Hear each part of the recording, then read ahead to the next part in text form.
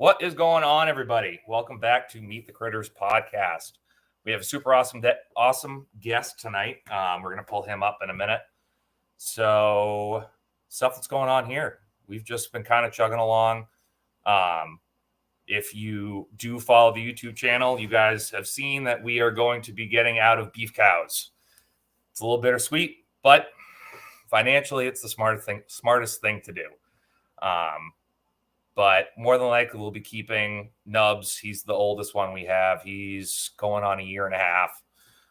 He's a Holstein Hereford cross. But we'll probably I'll keep him, grain him out for the rest of the summer and into the fall, and we'll pop them into our freezer, and we'll get rid of the calves. But let's go ahead and pop.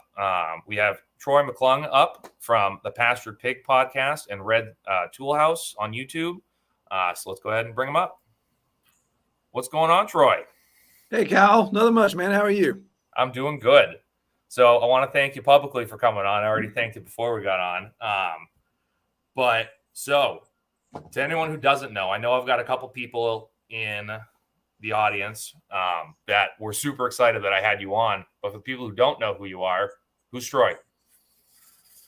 Oh, that's like loaded question. Existentially, or I always say the wedding pitch when you're at a wedding and you're seated with people you don't know, and it's just that 3-hour conversation of who I am as a person that you just toss out because you know you're never going to see him again. Yeah. If I know I'm never going to see him again, then I'm Troy, international spy. Exactly. Yeah. No. I'm Troy. My wife and I and our two boys, we live in South Central West Virginia, which is a state different than Virginia for those people that can't keep score. And we've been here on our farm, 100-acre farm, for 23 years. And it's 100 acres of Appalachian hardwood forest. So it doesn't have a lot of tillable land. It has a lot of woods, and it's very secluded, which I love. And we've been raising pigs and chickens and doing the garden thing for probably about 12 years now out of those 23. Awesome. So we like to do also have a sawmill, a wood shop, and just love doing building projects, that type of stuff. It seems like there's always projects that are half done around here. So that's kind of what we try to do, is get them finished. Well, isn't that every farm? There's always just a dozen half-finished projects because it's like, I'll get back to it, and then you don't. Yeah, my wife wanted to change the farm name to Half-Ass Farm and do a logo of the front half or the back half of a donkey, because she's like, yeah, that's kind of sums up. That's kind of the theme of the overall farm. It's like you can see a lot of projects that are not fully complete. So. Absolutely. No, yeah, I'm pretty sure, because my wife does the same thing. She's like, what are we doing with this? I'm like, I don't know. I had an idea 6 months ago. I started it on a whim, and now I have no idea what I'm doing with it. That's right. They can't all be winners, man. Yeah, no, some ideas just crash and burn. Others take off. You just got to go with it. Well, I'm one of those people that it's like, when I'm finally like, no, we're doing this project. We're getting it done. This is what we're doing, especially for like a big one. Like we just did a big pasture build, and I am like level 10 anxious on pig fencing. Like it's documented on here. It is what it is, that I am like just super anxious about it. So I have woven wire with I think the appropriate spacing of wood posts is every 5. I think I have wood posts every 3.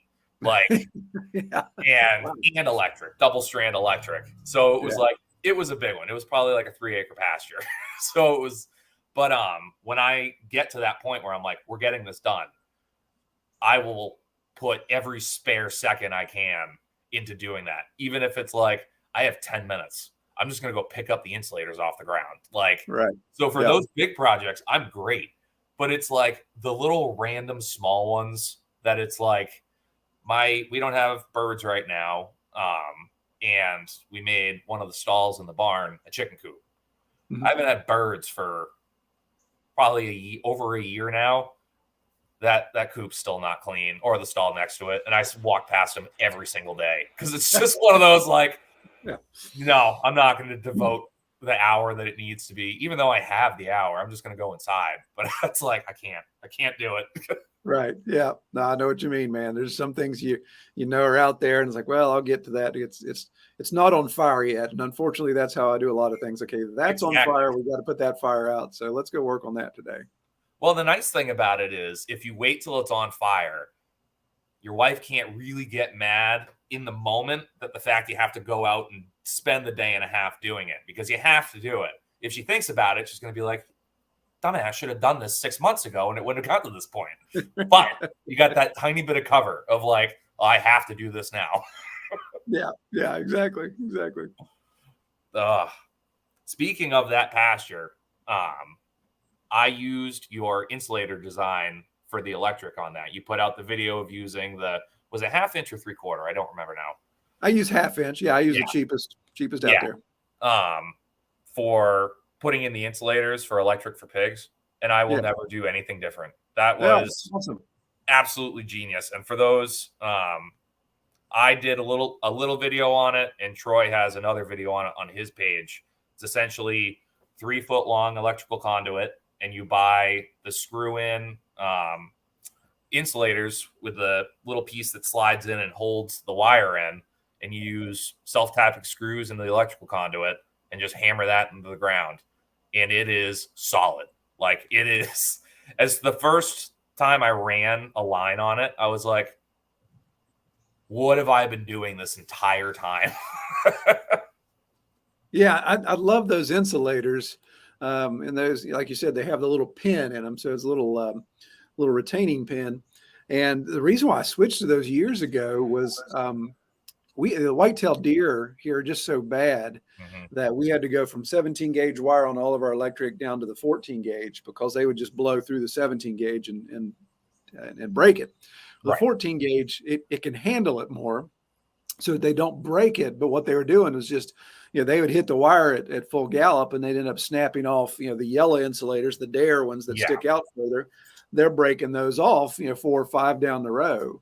And I got so sick of replacing the insulators. But there's got to be something that's more streamlined. It doesn't stick out and have that, leverage issue that's causing those arms to break, and it can handle the deer. And I found those, and I was like, oh yeah, this is the way to go. And also with our undulating, with being Appalachian hardwood, it's all kinds of uneven ground. So those pins help, when you've got to you have a downward tension because you're going into a little wash, or upward tension because you got a little hump to go over, or if you're trying to get around a tree or something like that, those pins can handle that. Whereas those little, the yellow insulators where it just has the little hooks, those things kind of blow out pretty easily. And so that, it definitely was through trial and error that it ended up coming up with that. If you're lucky, you've got 2 years out of those T-post the yellow T-post insulators. If you're really lucky.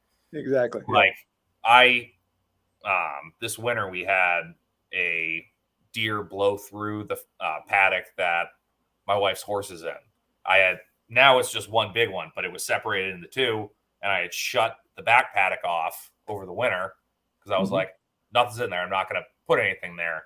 And the deer blasted through, and the horse chased it out. So then the horse, after the deer went through, the horse went through a completely different spot, blew that one out. So we just ended up turning that into one. But I had to go around after that because I was like, well, how bad is this? Because I haven't been back here because there's 3 feet of snow on the ground. And I went through, and I'm like, I just put this in last summer, and I need to replace half of the insulators that are on here just because. And the cows we have, all the ones we had last year had horns. So as soon as they catch a horn on it, done. That's the thing. The insulators aren't that expensive. It's just the time and the pain in the neck of going back and replacing all that. And of course, with ours, I try to build my, I call them pastures, but they're basically woodlot areas. And I try to build them where I have roads, but we have so much elevation change. There's places where I don't have roads, and it's like the deer always blast through them, where I got to walk halfway up the side of the mountain to find the spot that's broken to fix it. So, Yeah, they never break them right there by the road. Yeah. I have a buddy who calls me a masochist because I thoroughly enjoy fencing. There's just something therapeutic about it to me where I'm just like, but again, doubled with that anxiety. I think it's just a self-fulfilling prophecy of just like, I'm going to be anxious, so I might as well do it right. And then doing it right, there's some satisfaction of like, all right, I did this. Perfect. Yeah. Good deal. Yeah. So I know this year you have different pigs you're raising, the red wattles, correct? Yeah. We bought a small herd of red wattles from from Copper Penny Farm down in Virginia, and wanted to give that a try, and they've been doing pretty well. And we had to buy this year because I had just a really lousy farrowing. In fact, we had total loss with 2 of our farrowings, so I had to go out and buy. But yeah, I've been happy with the red wattle. I think I may even hold one of them back.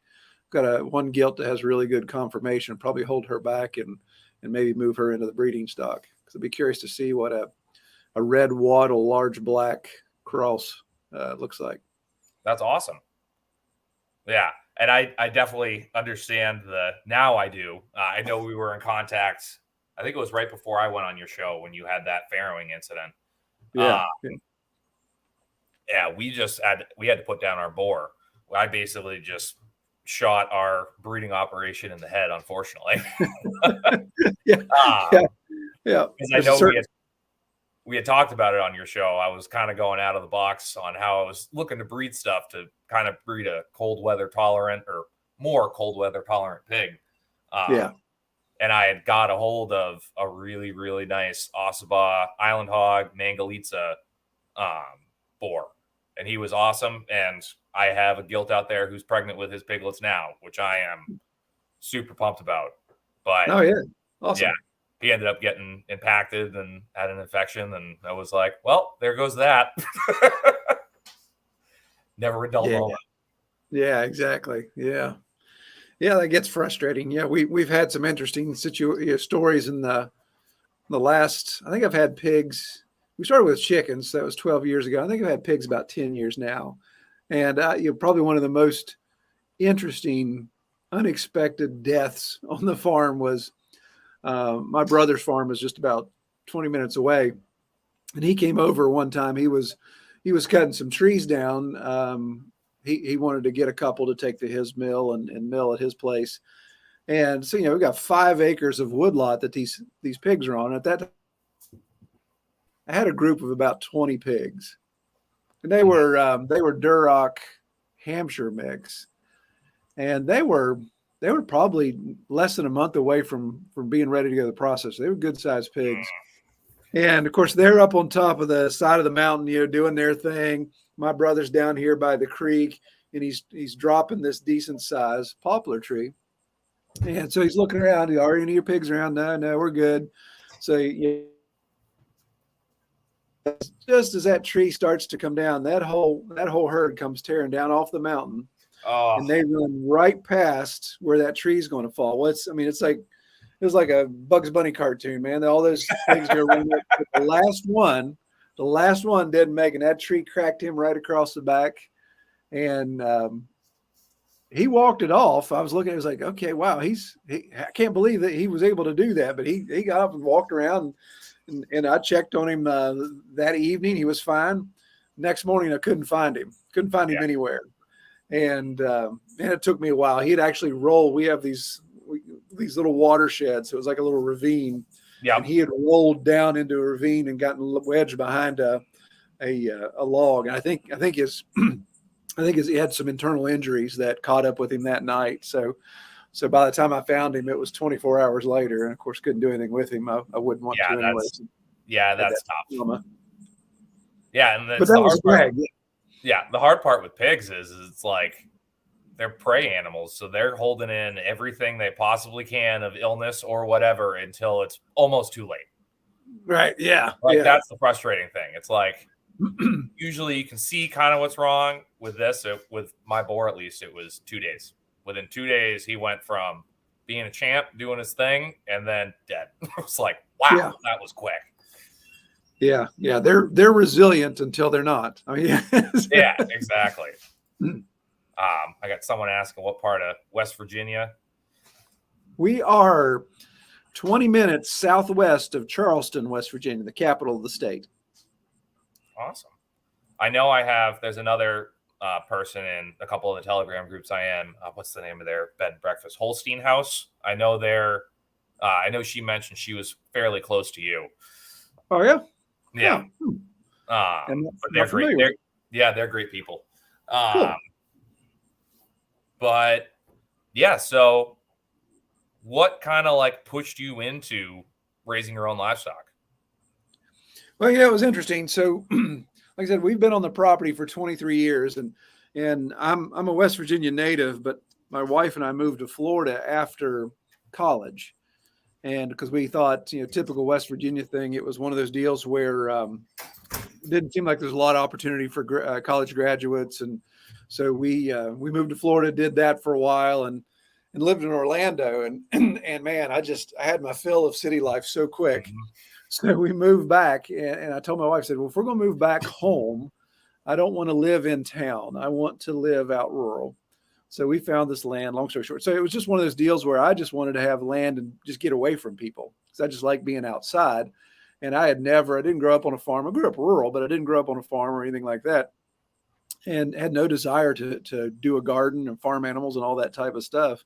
But as our boys were coming along, so as they were being born, they're 3.5 years apart from one another. Typical thing, what are we feeding our kids? What kind of stuff are we putting into them? And we came across that documentary, Food Inc., and it was like, all right, it's on. Yep. So we started with egg laying chickens and did that, and with all this, what was interesting is all this hardwood that I have, and our valley is our acreage is shaped kind of like a. Well, to me, it looks like it's a really big par 4. So it's like a dog leg right type of thing. And so it's perfect.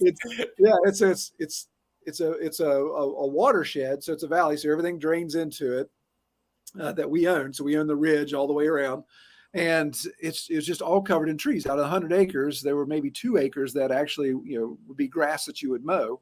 Right. And so I'm looking. It's like, well, we can't do beef. I'd rather take a punch in the face and grow goats or raise goats. So don't do that. And at that point, I was listening to this podcast called the Chicken Thistle Farm Podcast. I used to listen to them. They were great. Yeah, exactly. About them. Yeah. And so they just kept talking about pigs. And I'm like, well, I love bacon.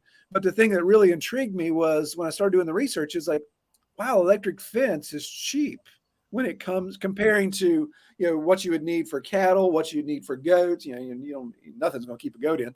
And so I'm like, okay, I can afford an Energizer and some wire and those type of things. So that's really why I started with pigs as far as the larger animal goes. And I fell in love with them, and then seeing how they help me clear land. So I go in and harvest the big stuff that doesn't produce mast. So like the poplar is the primary one, because we have tons of poplar.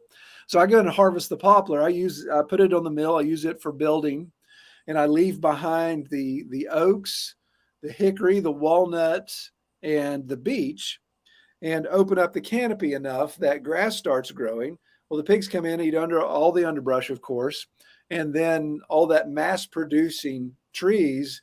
In midsummer and all the way through fall, there's just free protein raining down on the ground, and the pigs have just done an incredible job of opening up land. Right. So it's one of those things. At some point, I think if I continue this trajectory, I could maybe in 5 years be able to put a beef or 2 on here, because I'll have enough ground open up that there'd be grass for them to graze.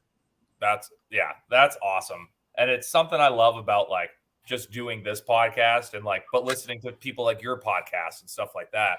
With all these producers, we're all starting in completely different spots in trying to get to right around the same point. And it's because I think about my setup is open hayfield. I call it the blank canvas, because it's just open.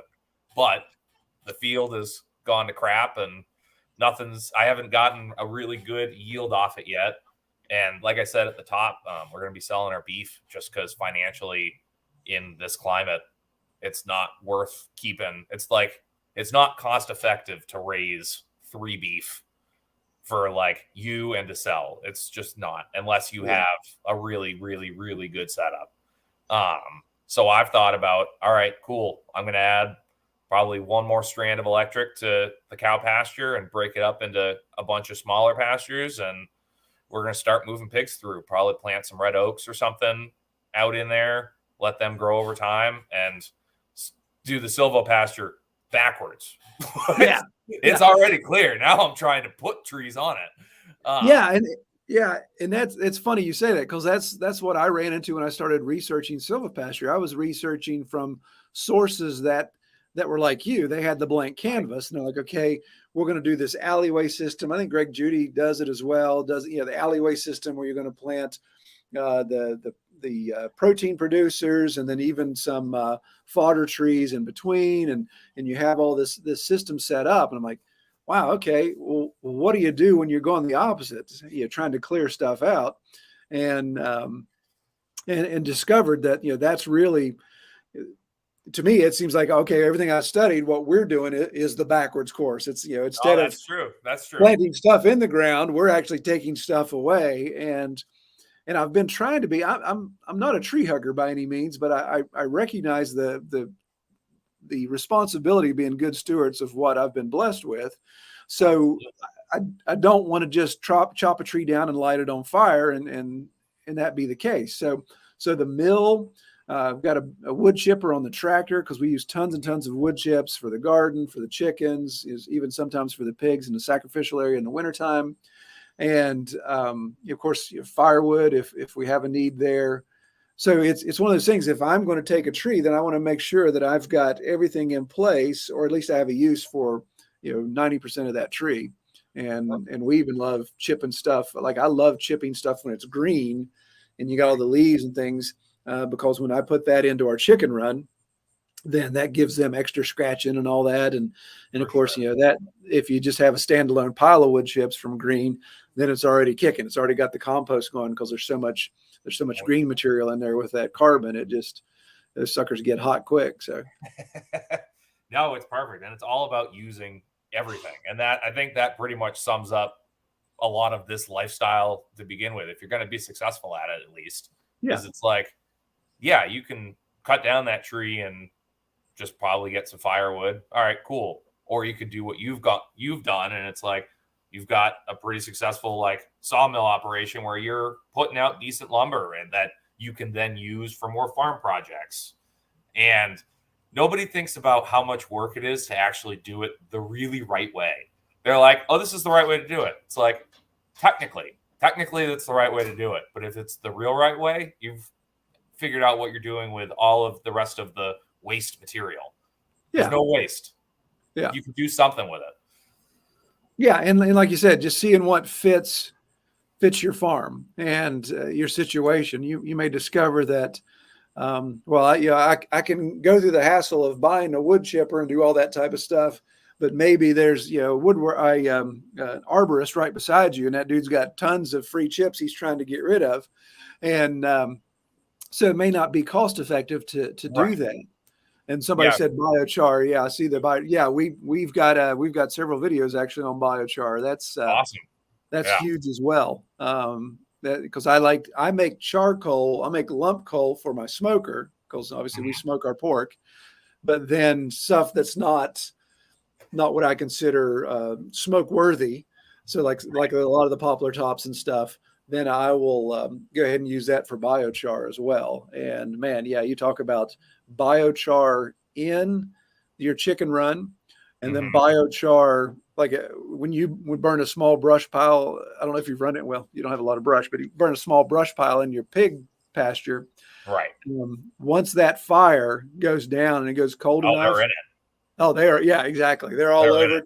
They'll eat that charcoal up, and it's crazy to watch them get in there and stomp in what's they don't eat. So it does great for improving the soil.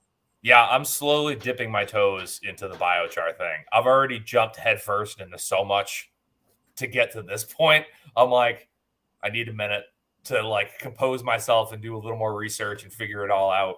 But we're looking at it for on the shop side to dispose of bones, like all the byproduct from that. It's like right now I pay someone that leaves the property. We'll just say that. But I have all these bones that it's essentially, it would fit around a 30-gallon drum by the time I'm done with a full beef once I cut everything up. Yeah. If I can take that, turn it into biochar, throw it in the compost, and then throw it back into my pastures, it's a win-win all around. Like I'm not throwing it all away, and I can actually get a use out of it. Which absolutely. So we're not too far from Polyface Farm, and it's about a 4-hour drive. So we've been over there multiple times, and the thing that always impresses me is the Salatins, they do a lot of poultry processing there on farm, and of course they have all the byproduct, they have all the eviscerate that they have to get rid of. Well, the same situation, he chips a lot of wood up, and he'll just make these like this big cauldron of wood chips, basically just a big pile, and bowls it out, and that's where he dumps all the eviscerate in and puts wood chips on top of it. Mm-hmm. And you talk about incredible compost, and then that's breaking down, then once it's broken down, then it goes in the spreader and goes back out on pasture. So it's just soil building and just circle of life situation there. Well, I thought about that even with because we have a bunch of excess blood around for that same reason, and it's like, all right, take that blood out of that, turn it back into the biochar after it comes out of the retort to, I forget the word now, but basically get it to the point where it's not repelling water anymore, and toss it in the compost. And it's like, all right, cool. Now I'm getting rid of multiple pieces of byproducts that would normally just go down the drain or somewhere. And it's like, all right, now we're going to turn this back. But, to your point about what you were saying before of like, all right, maybe it's not cost effective to have a wood chipper or something like that. We're in that boat. My neighbors have a sawmill and they have an excavation company, and they have a ton of land that a bunch of tree guys dump all their wood chips on. So he'll come over with his full size front end loader and go, "What paddock you want it in?" And just go, it's like, "Thank you, sir. Have a good day." Nice. Yeah, exactly. Yeah, that's a blessing, man, because that comes in handy. We're so far away. We're so far off the beaten path. I don't get any chip drop, but actually, right before COVID, the guys were doing power line maintenance in our valley, and so I ran to him and said, "Hey, if you want looking for a place to drop, come drop your chips here." And he said, "How much do you want?" I said, "All that you can give me." And he laughed. He's like, "We'll see about that." And on his 5th truck dumping, he said, "You want any more?" I said, "Yeah, absolutely." He's like, "Well, that's all we got." Perfect. But yeah, that lasted me. In fact, I still have a small pile of that down there, and that was 2020, so that's going on 3 years old. But that's like a lesson to a lot of people. You don't know if you don't ask. Oh, absolutely. Go to some of these producers, and that I took that to heart when I went off on my own with the shop here. Is I just went and talked to random farms. I would just show up, like I'd look at their Facebooks if they had them, if they were local or whatever. Some places I just cold knocked, and I was like, "Hey, I just want to introduce myself." They're like, okay, buddy. But it's like I have contacts to this day from doing that. And it's one of those things. You don't know if you don't ask. If you got a producer or somebody who's doing tree work and you need wood chips, instead of buying wood chips, go, "Hey, if you have land, dump all your wood chips here. You don't have to pay me. We're like to get rid of them," because most places have to pay now. Exactly. Yeah. Well, you'd be doing them a favor. Yeah, absolutely. Absolutely. And yeah, that's the thing. Our city, I see dump trucks full of wood chips, the big arborist trucks going up to the city dump all the time. And I'm like, man, you're paying to dump that. And they're paying to bury it, something that if you didn't bury it beside a washing machine or a bunch of tires, it would still not doing anything. Exactly, to have value. Just put it in a pile over there, and I'll come get it later. But obviously they won't do that. Well, it's so many people don't know what they have. There is another community member, Two Chicks Homestead. They have another podcast, but they have a massive, like 100-year-old walnut tree in their front lawn, to the point they have to snow shovel walnuts into garbage cans. Right. And I'm like, I don't wish I lived in where they live, but I'm like, I wish I was closer to you, because I would show up for multiple truckloads of just walnuts, just right. heave ho. It's like, you need to get a pig. Like, they're like, we're in a neighborhood. It's like, it's a pig. Like, you're fine. Exactly. Yeah. My goodness, that'd be some high protein and be some good tasting pork. Be walnut raised like that. Absolutely. I know. At this point, because like I said, we have open field, and whatever trees we do have, it's pine. We got all the pine. Yeah. But yeah. At this point, we've had our piglets for a couple weeks now. We got more Herefords. I freaking love them. They're amazing. I will preach them from the rooftops. They are so good. But I work with a customer who has a dairy operation, and I get a bunch of waste milk I mix with beet pulp.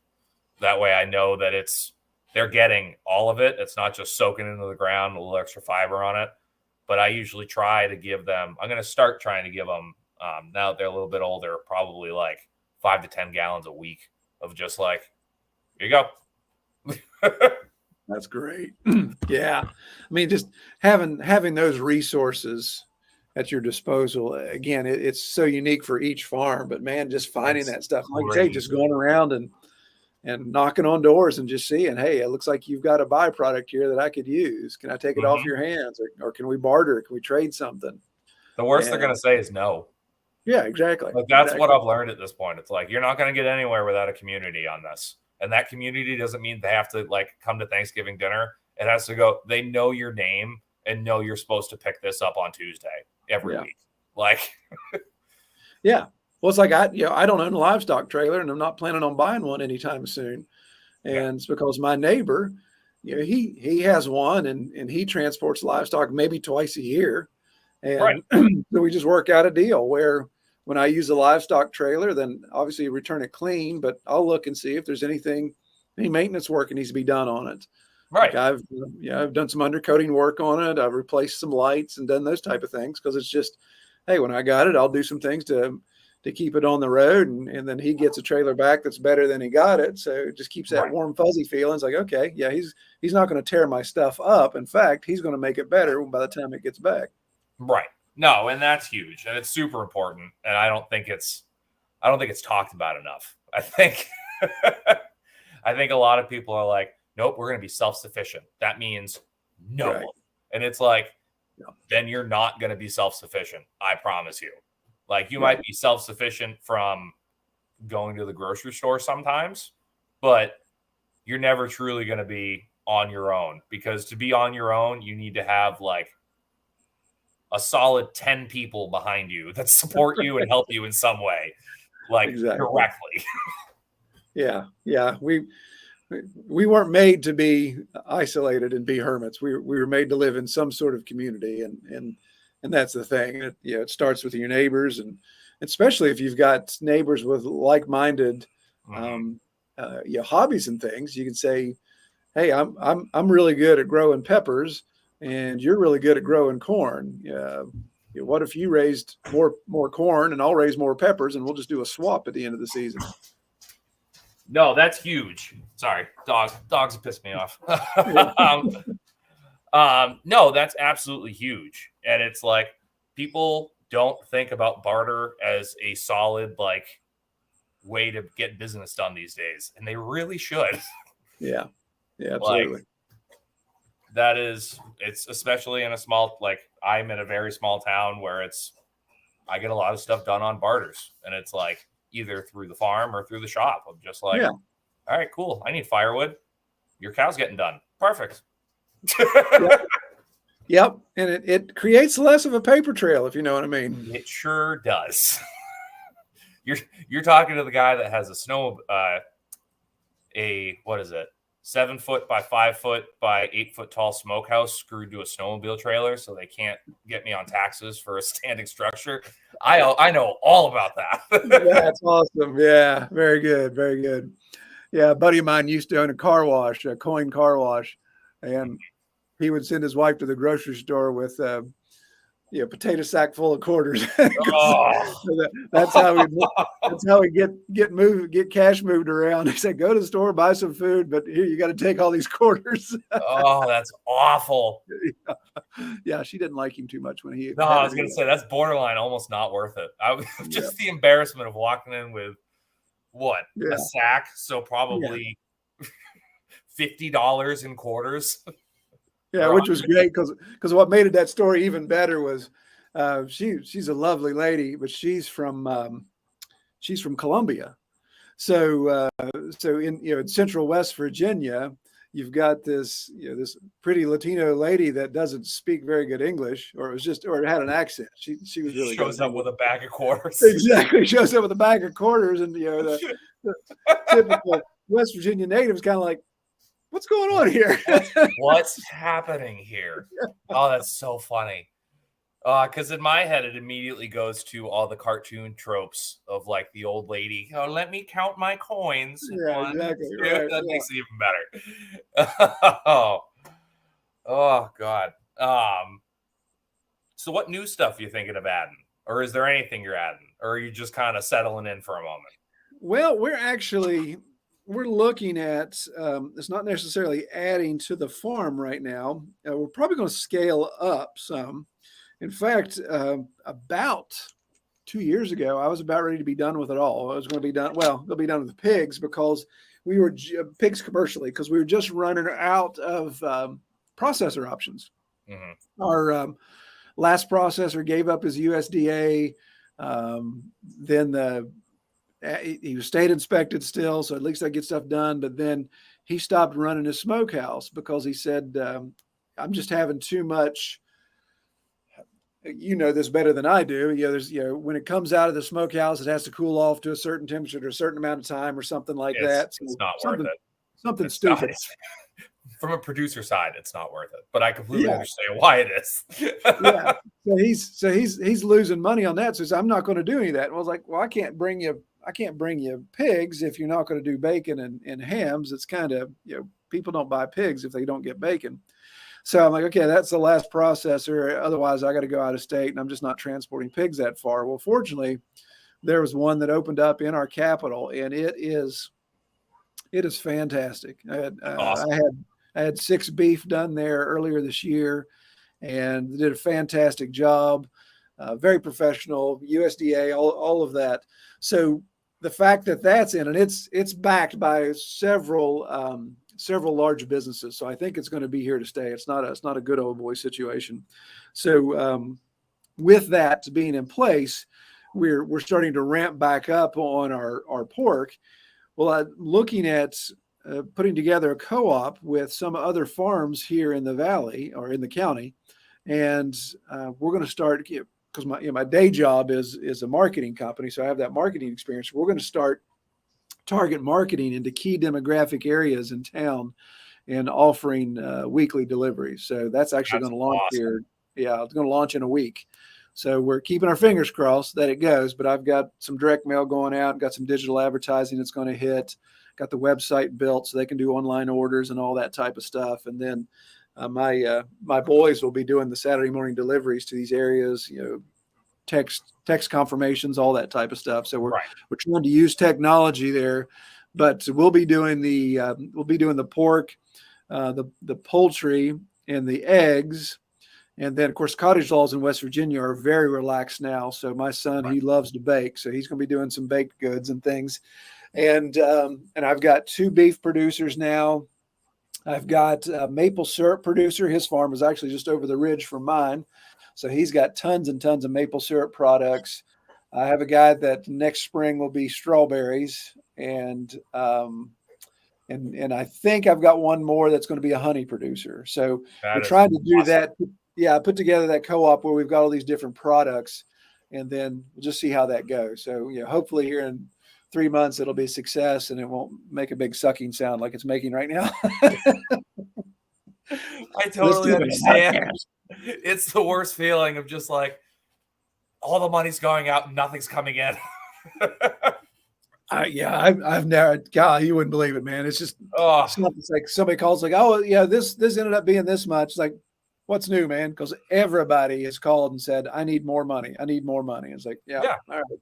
Yeah. So yeah, if this doesn't work and I shut it down, at least I'll stop hemorrhaging money. You won't make any money, but you'll stop losing it. Yeah, exactly. Exactly. We'll turn the faucet off. That's the hardest thing about starting anything, really. It's the old trope of just like, you got to spend money to make money. I think they were talking about farmers when they came up with that in the first place. That's for sure. Yeah. Yeah. Because you look at, we're right. Because I mean, I only really started farming. My daughter's 4, so 5 years ago, really, like under 5. Yeah. And like I said, I call this place the blank slate because it's a blank slate, and I've built everything by hand and building the infrastructure and going into it. And it's like, all right, need to buy 2 more rolls of woven wire. All right, there's almost $700 right there. Woo, that went quick. All right, and it's just compounds and it adds, and it's like, all right, now let's try and make some money out of this. Right. But it's it's what people don't understand or think about is including all the work you're doing with this co-op. Right now, it sucks. And you're doing all this work, you're hemorrhaging all this money, and you're trying to, like, you're in your head just going, it's going to work, it's going to work, it's going to work. But people don't look at what's going to happen 5 years down the road. Yeah. You got to go into it with a little hope, but you're like, I'm not building this for next week. I'm building this for 5 years from now when all of those initial investments are paid and everything's still standing and we're actually making money. It's like, all right. You got to have a long-term view of things in this type of lifestyle. Exactly. And, and you said something there that made me think that not everybody that homesteads or farms or just lives this lifestyle for their own personal food security needs to turn it into a business. But if you can, whether you make a ton of money or whether you make a little bit of money, it's so much more beneficial with our current tax code structure. Mm-hmm. And if you can take the hobby of homesteading and make it a revenue generator where you could then start using those tax write-offs, then that'll really save you a ton of money. Yeah. And that's the thing that I've been self-employed for 16 years. And it's funny, we're, as a marketing company, all we sell is time and IP. We just have an intellectual property. We don't produce a widget. So, when it comes to taxes, it's the worst. Self-employment tax, it's just the two of us, the two partners. So we don't even have any employees to write off labor. I can't claim my time, which I think is ignorant. I can't write off my labor, but if I turn around and hire somebody to do it, then I could. And so you go from that extreme where I just pay tons and tons of taxes through my marketing company, but come back here to the farm where it's like, okay, everything I do here is a hobby, but it's related to my business. Do I need a new chainsaw because I just like chainsaws and they're fun to have? Okay, I'll go buy one. Well, I get to write that off because it's part of the business. A new tractor, if I can afford a new tractor, I get to write that off because it's part of the farm business. And that's a way to take the lifestyle and make it more profitable in a sense that you can at least stop hemorrhaging tax dollars. Yeah. I've got a couple buddies that are real pissed off at the fact that I get to write off firearms because they're slaughter tools. Exactly. Yeah. Well, I bought when I got my AR-15. I talked to my accountant about it, and I said, "Well, I really bought that. Obviously, it's a fun gun to have, but it is predator control. Absolutely, I've got protecting an investment. Exactly, predation issues." And she's like, "Absolutely, claim it." Like, sweet. Awesome. Yeah. What about the 30,000 rounds of ammo? Yeah, exactly. Listen, we got a lot of coyotes. Exactly. Something you did say there that it's, and I'm piggybacking off of me about not all homesteads and stuff like that need to become a business. And I keep referring to the people on the outside of the party that it's like they just don't kind of get it, they look in and it's like, oh, all these people are the same. And it's like, no. They break down into different hierarchies of you have your homesteaders, you have your farmsteaders, you have your just straight out farms of just like, they're all kind of doing the same thing, but it's all on a very different plane. Yeah. Because I have people look at me like, oh, you're homesteading. And I was like, I would probably never consider myself a homesteader. I do raise livestock and we don't have a garden. I don't have poultry. I did raise beef and pork. Now I'm just raising a bunch of pork. Yeah. But I would consider myself more of a farm than that, in that where it's like, I didn't have a pig for our freezer until I decided to put our sow in the freezer after she farrows and weans these piglets off. Like, I didn't have one for me because I'm like, no, I need to make money off these. Like, I'm doing it because I love doing it, and it's amazing for my family, like, just for my kids to grow up in. But it's also like, this is kind of just the hand I'm dealt of, like, these are my set of skills in life, and we're going to make the most of it. But I always laugh, and I always kind of like look at that from like a not topographical, like just a bird's eye view of just like, all right, I know this person, they're a good person, and I enjoy hearing what they're talking about, but it's like, all right, are you a homestead? Are you a farmstead? Are you a farm? Because they are so drastically different. They are. Yeah. Yeah. Well, and that's the thing. Yeah. I hear people talk about, oh, you need to, I see you spending all that money in pig feed. Yeah. You need to learn to raise your own feed and come up with that. And it's like, okay, the scalability of that is the issue, because if I was going to find a way to wean my pigs off of soy or get away from buying processed feed, then that would be fine if we're looking at a homestead level where you got maybe 2 hogs and you can do the old school way of, okay, we're just going to give them scrap. We're going to grow some stuff in the garden to give them. They're going to grow slower and we're going to end up with what we've got. But man, when you scale that up on any type of commercial level, times I have 30 some pigs on property, and it's like, I can't grow enough to feed 30 some pigs. No. So it just doesn't make sense at that point. Oh no, my new favorite thing to do is if I want to get out of a conversation with somebody and they like volley it back of like, so what's going on with you? And it's like, I just start telling them about how I'm going to basically bring the field back to what it used to be over a 5 to 6 year process. And by the time I get to like, all right, then we're going to spread biochar, and then we're going to pasture pigs, you just see their eyes glaze over of just like, that's what are you talking about? Like, right. Yeah, exactly. A lot of people don't understand that all compounds, like you said, of just like, all right, I need to scale this up at one point. I don't have the space to raise a bunch of corn. All right, now I have all this corn. Now I need to have a grain mill. So now I need to figure out how to run a grain mill. All right, well, now I need storage for all of this grain that I just milled. Sometimes it's just easier to do it, where I do the same thing. I just buy commercial hog feed, and I usually add corn. I add some cracked corn to it just for extra calories and stuff like that. Yeah. Could I go out and do all of whatever? Sure. But it's also something I've learned along the way as a butcher too. I always ask what they're eating, especially now that I'm doing it solo. I am one-on-one with the customer. I do it bullet to freezer. And it's like, all right, what'd this thing eat? Yeah. That's great. Guess what?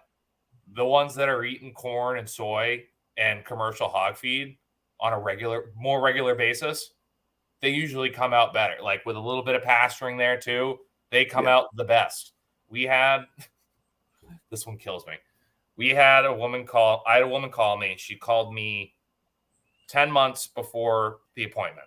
And I was like, all right, cool. That's fine. I usually book out a month ahead of time just because of that's how my schedule works.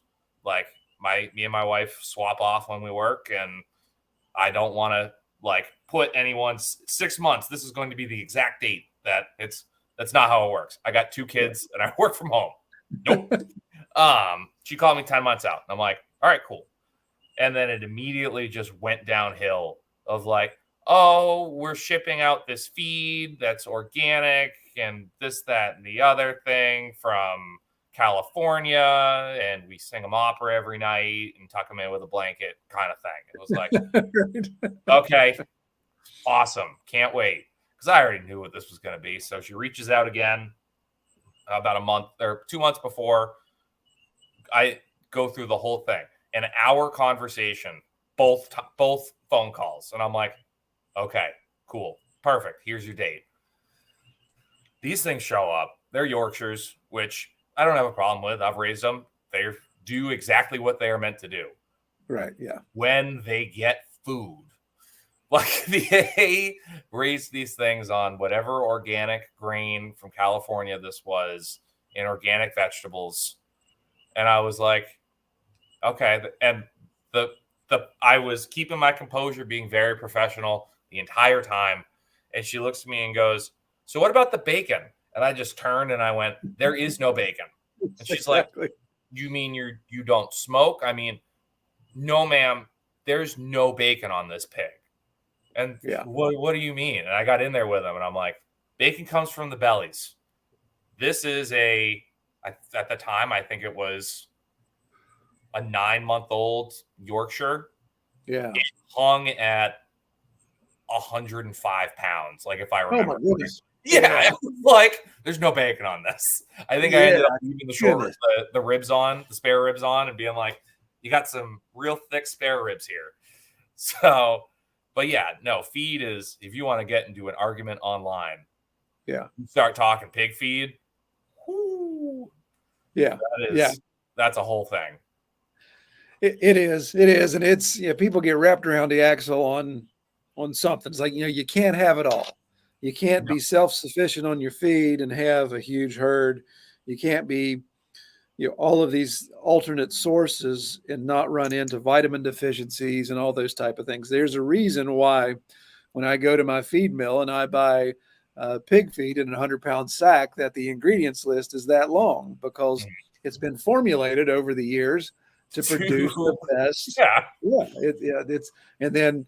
The way I look at it is if I lock my pigs up in a 10 by 10 paddock and raise them with this feed, they'd still produce. Now the flavor, the marbling maybe not be as good, but putting them out on pasture to me is just it's dessert for them, or it's gravy on top, whatever analogy you want to use. It's the feed is the basic, but when they get this mast, when they get to roam around, when they get to find bugs and grubs and roots and those type of things, and it's just adding to flavor, and it's just extra nutrient for them. The feed's going to take care of the basics for sure. And it's when they got space to move around, people don't think about meat's muscle. You know how you build muscle? You move around, you climb, you like horseplay, you do, like if you've got three Yorkshires in a 10 by 10 box that you just shove feed in twice a day, you're going to get pork. You're going to get a lot of pork. Like usually the bigger pigs I see, even out of like when you're pulling out a Yorkshire or something like that, like the bigger ones I see are the ones that are in those confinement areas, because they're not going anywhere. They're not burning off anything. Exactly. So it's like, and I look at those people and I go, what would you like me to do with the back fat? And they go, oh, we don't want it. And I'm like, congratulations. You're going to get back half of your pig. Like, exactly. Yeah. I usually end up talking him into it of like, you are going to take this, like, because I can't justifiably throw out all of this. Like, you can use this for your family. And if they're finally like, no, I'm like, oh, okay. And then I just cryovac it in 5-pound packages and I use it for deer season. Because it's like, I'm not throwing that away. That's gold. Yeah, exactly. Well, it's funny that my friend that I use his livestock trailer, it's actually his father that I originally established a relationship years ago, and his father's passed now. But his father was an old school farmer, and he came over and introduced himself because he was up on the ridge. We share a property line up on top of the ridge, and he was up there, and he said he could smell pig manure.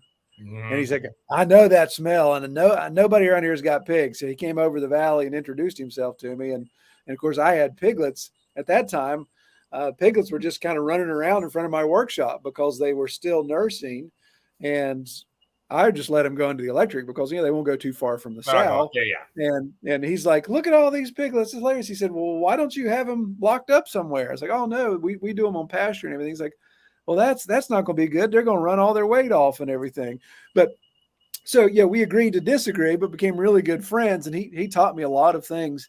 And one year, in exchange for some work and some other things he did for me, he ran a backhoe for me for a while. I gave him 2 piglets when we farrowed.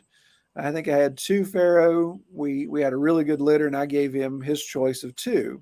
So he takes those 2 pigs and he puts them in his. Exactly what you said. It was I think an 8x4 building. It was raised floor, had just wire mesh, heavy wire mesh on the backside, had an area where he could dump feed in through this little, almost like a bank teller door, and had a pig nipple set up for water.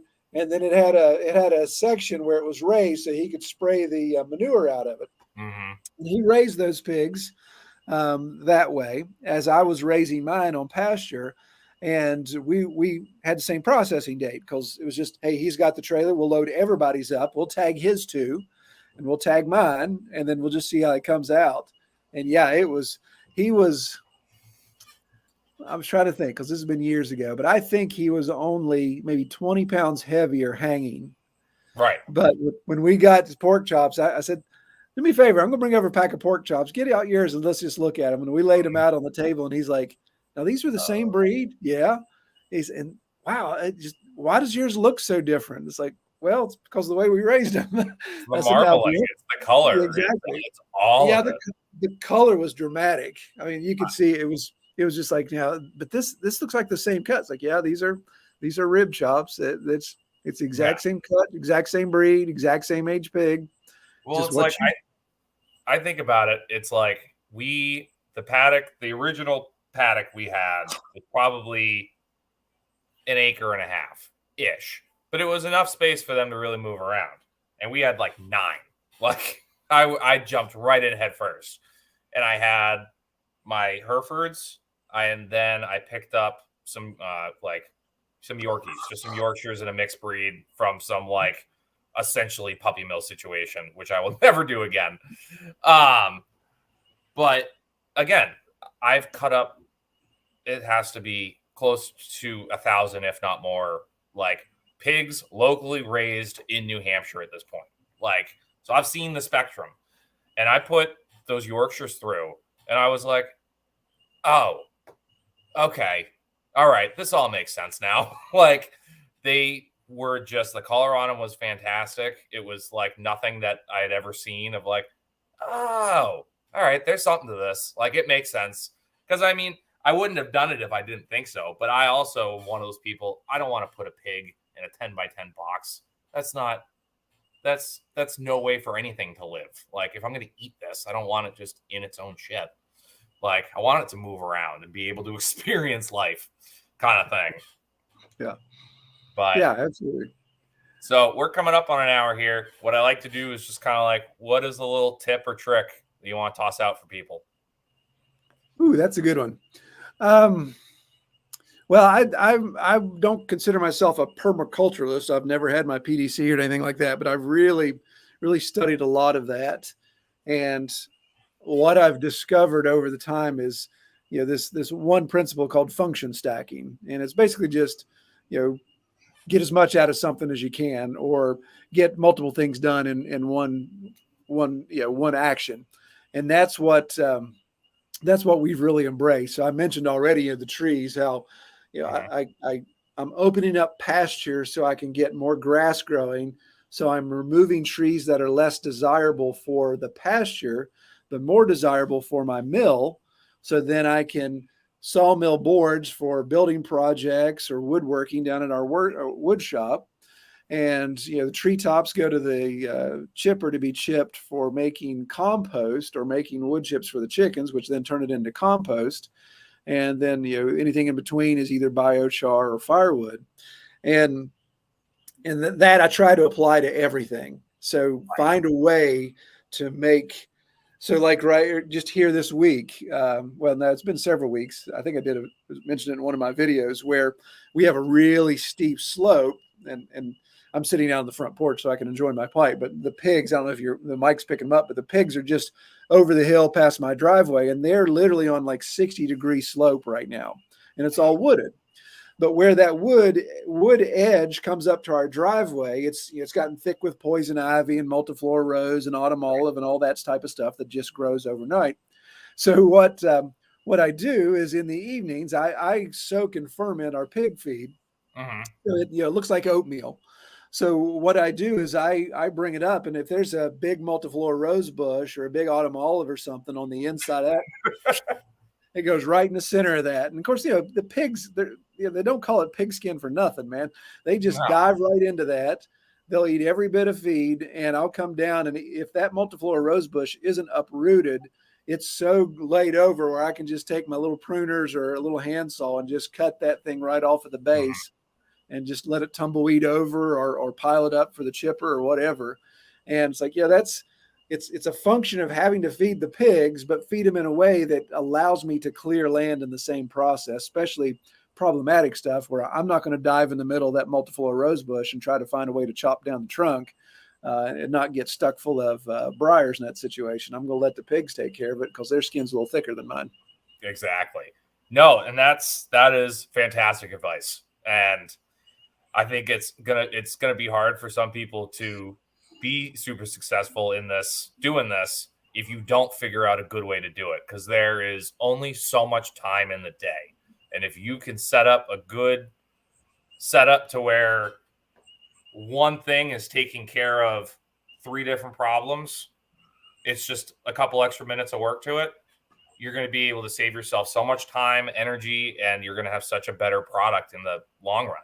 Yeah, absolutely. So, do you have anything to plug? Your channel, podcast, any of that? Oh, yeah, if you don't mind. Yeah, so we've got the Pastured Pig Podcast, which you can find on any of the podcast servers. And that is, I think we've got about 104 episodes out now, and we're interviewing pastured pig producers from all over the country, anything from small homesteads all the way up to huge producers. And we've got our YouTube channel, Red Tool House Homestead, and we're on Facebook, Instagram, all that typical stuff. But yeah, appreciate it, man. No, absolutely. And I have all the links to your stuff down in the description for the video too. So if you want to see that, just go down there. You can jump on those quick. And you can go back and listen to my episode of the Pastured Pig Podcast when I was on there.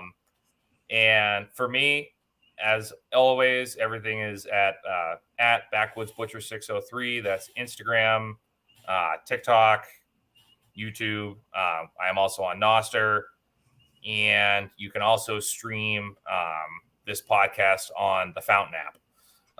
So other than that, if you've got anything else, holler it out. But I appreciate you coming on. This was a super fun conversation. And I look forward to the next time if we have another one. Yeah, man, enjoyed it. I appreciate you having me on. Absolutely.